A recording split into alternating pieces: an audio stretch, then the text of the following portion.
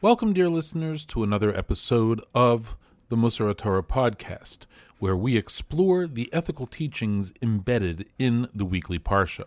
I'm your host, and today we'll be discussing a profound insight from the Sforno and Rav Chiya about the eternal nature of sanctity using the Mishkan as our central example. The Sforno, in his first two commentaries of the Parsha, offers a remarkable insight about the Mishkan. According to his understanding, the Mishkan was never destroyed. This wasn't merely happenstance or a good fortune. It was the direct result of its perfect sanctity. What made the Mishkan so special? It was constructed entirely by tzaddikim, whose actions were untainted by sin. Every board, every curtain, every keli was fashioned with pure intentions and clean hands. The Sforno teaches that because of this complete purity in its creation, the Mishkan was literally impossible to harm or conquer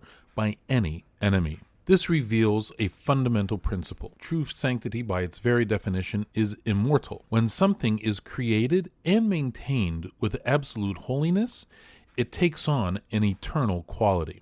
The Sforno compares the Mishkan to the first Beis HaMikdash. The first Beis HaMikdash was surely constructed with sacred intention by pious individuals. The Shechina rested upon it. Miracles occurred there daily, including a heavenly fire that would descend and consume the karbanos. Yet, as we know, the first Beis HaMikdash was eventually destroyed. Why is this? The Sforno explains that despite its holiness, it could not achieve the eternal status of the Mishkan because of one small detail. Non-Jewish workers participated in its construction. This foreign influence, however minor, created a blemish in the Beis HaMikdash's holiness, making it vulnerable to eventual destruction. Rav Chiya draws a powerful lesson from this.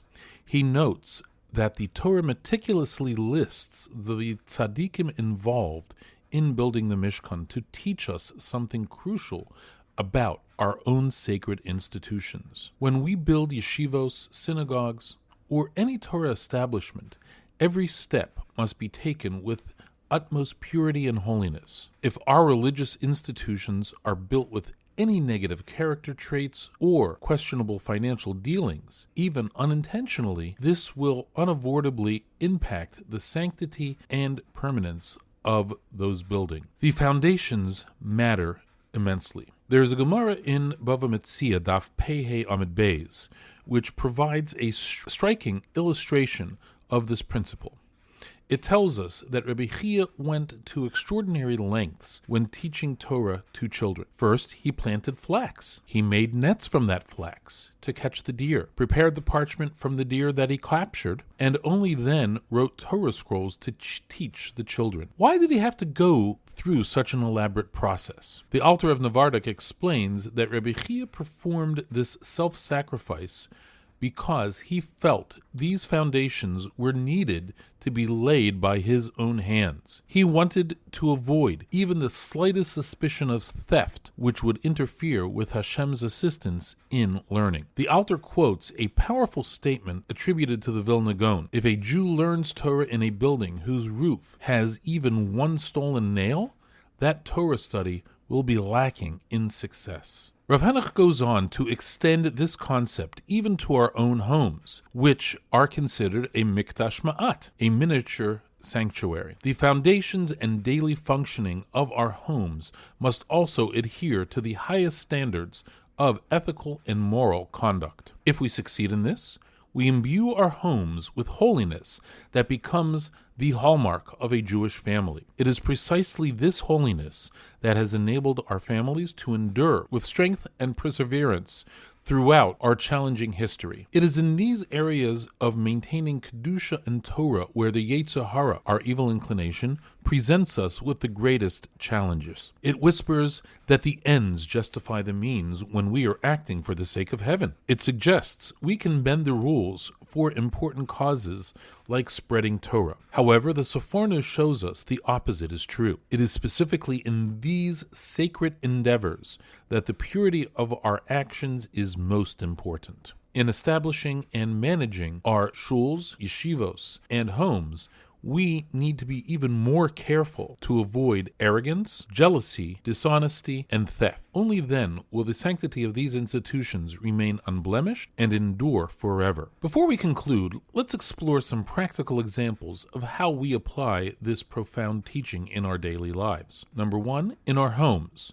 When we are establishing a Jewish home, consider how you earn the money to furnish it. Are we working with complete integrity? For example, if we're tempted to cut corners on our taxes to afford a nicer dining room table for Shabbos meals, we should remember that this would compromise the kedusha of those very Shabbos gatherings. Instead, we might choose a simpler table purchased with funds earned with complete honesty. Number two, in our business dealings.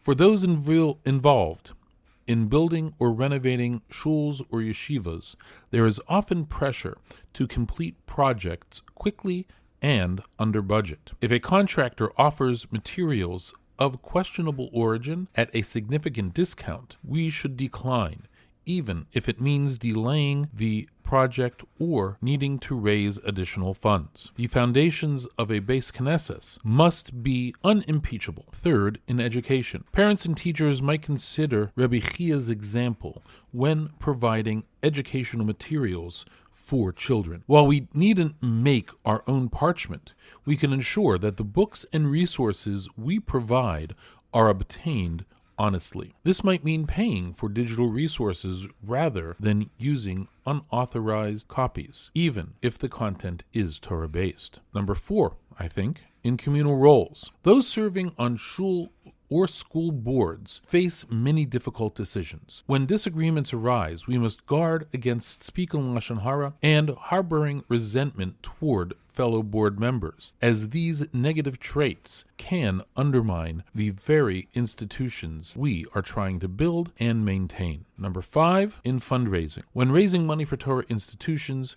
we should ensure complete transparency and avoid exaggeration or emotional manipulation, even for the most worthy causes. The funds collected with absolute integrity will bring more blessing to the institutions than larger amounts gathered through questionable means. Remember, these examples aren't merely about following halacha or doing what's right, although that is certainly important. They are about understanding that the very nature of kedusha requires complete purity at every stage. The lesson of the Mishkan teaches us that how we build something determines what it becomes and how long it endures. As we conclude today's episode, let's reflect on how this teaching applies to our own lives. Are we building our personal and communal sanctuaries with complete integrity? Are we ensuring that every aspect of our sacred spaces and institutions are created and maintained with absolute purity? The lessons of the Mishkan remind us that true holiness demands complete purity, not just in our intentions, but in our actions. When we achieve this, we create something that transcends time, something